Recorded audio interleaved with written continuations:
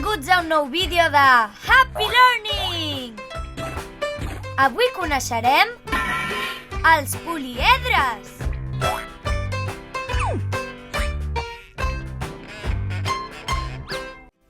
La paraula poliedre ve del llatí poli, que significa moltes, i edro, que vol dir cares. I així doncs, com el seu nom indica, els poliedres tenen moltes cares. Els poliedres són cossos geomètrics formats per diversos polígons.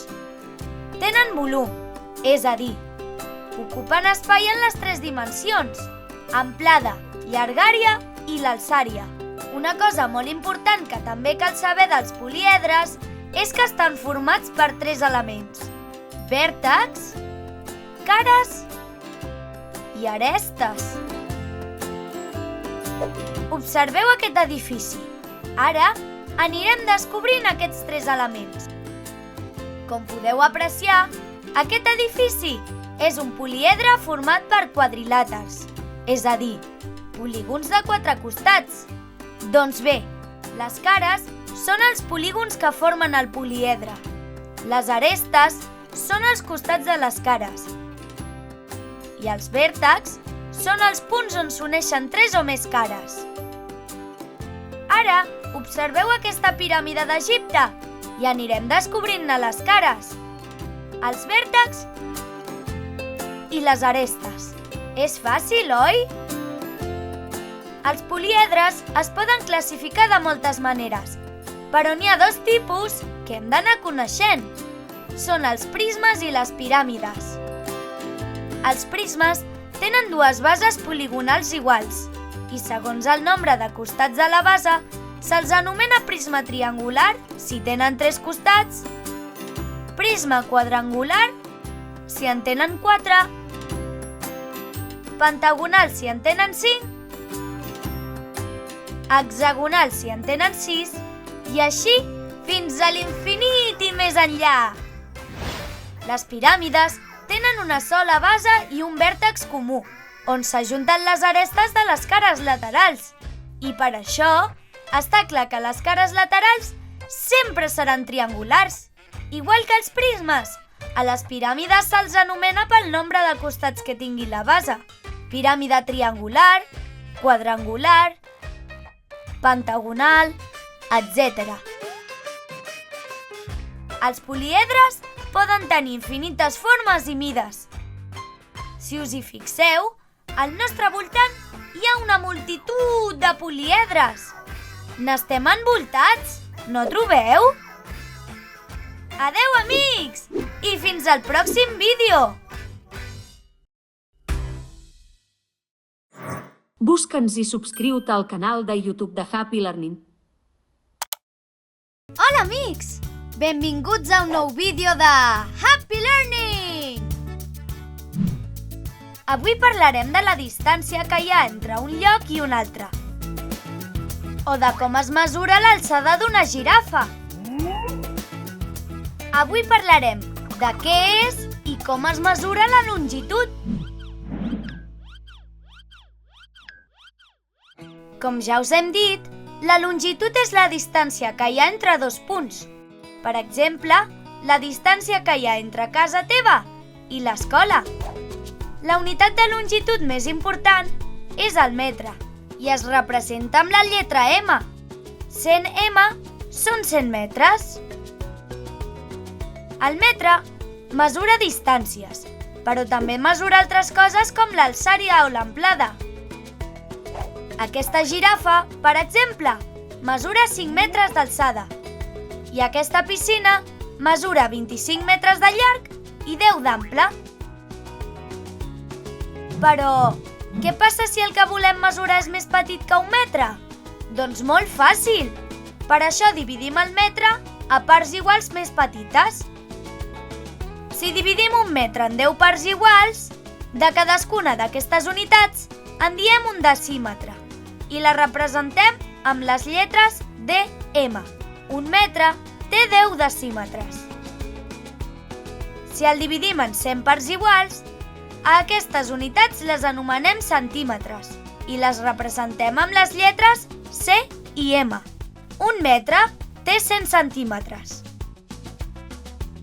I si dividim un metre en 1.000 parts iguals, a aquestes unitats les anomenem mil·límetres i les representem amb dues M's. Un metre té 1.000 mil·límetres.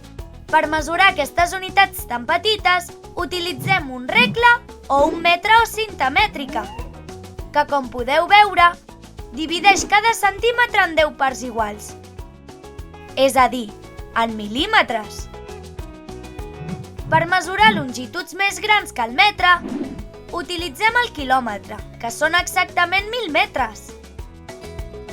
Per exemple, sabeu quina distància hi ha entre Espanya i Mèxic? Doncs hi ha 9.025 quilòmetres, que en avió es triguen unes 10 hores a recórrer. Bé, ara ja hem conegut les unitats que ens serveixen per mesurar la longitud, però hi ha una cosa que heu de tenir en compte. No tots els països fan servir el metre com a unitat de longitud. A Anglaterra o als Estats Units utilitzen la iarda i la milla, en comptes del metre i del quilòmetre. Una iarda equival a 914 centímetres i una milla a 1.609 metres. És una mica estrany que no tots fem servir la mateixa unitat, però aquest món és així. Adeu, amics! Fins al pròxim vídeo! Busca'ns i subscriu-te al canal de YouTube de Happy Learning. Hola, amics! Benvinguts a un nou vídeo de Happy Learning! Avui coneixerem la circumferència i el cercle. La circunferència és una corba tancada, en la qual tots els punts estan a la mateixa distància del centre.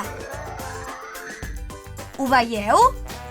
Aquí podeu veure que tots els punts d'aquesta circumferència es troben a la mateixa distància del centre. Si això no fos així, no seria una circumferència. Seria alguna cosa una mica estranya, no trobeu? Com que ara ja sabem què és una circumferència, és facilíssim saber què és un cercle, perquè un cercle és una circumferència i el seu interior. Perfecte, aquí us presentem un cercle vermell. Fàcil, oi? Ara, coneguem els elements que hi ha a una circumferència. El centre és el punt que es troba a la mateixa distància de qualsevol altre punt de la circumferència. El diàmetre és el segment que uneix dos punts de la circumferència passant pel centre. Perfecte! Aquest segment és el diàmetre. I el radi és el segment que uneix el centre amb un punt qualsevol de la circunferència. Fantàstic! Aquests són els tres elements més importants d'una circumferència: centre, diàmetre i radi. Però hi ha tres elements més que també hem de conèixer. La corda és el segment que uneix dos punts de la circumferència sense passar pel centre. L'arc és la part de la circumferència compresa entre dos dels seus punts. I el sector circular és la porció del cercle que està dins de l'espai que hi ha entre dos radis i el seu arc. Aquest sembla un formatget, oi que sí? Bé, ja coneixem tots els elements d'una circumferència, però ara repassem-los perquè no ens n'oblidem.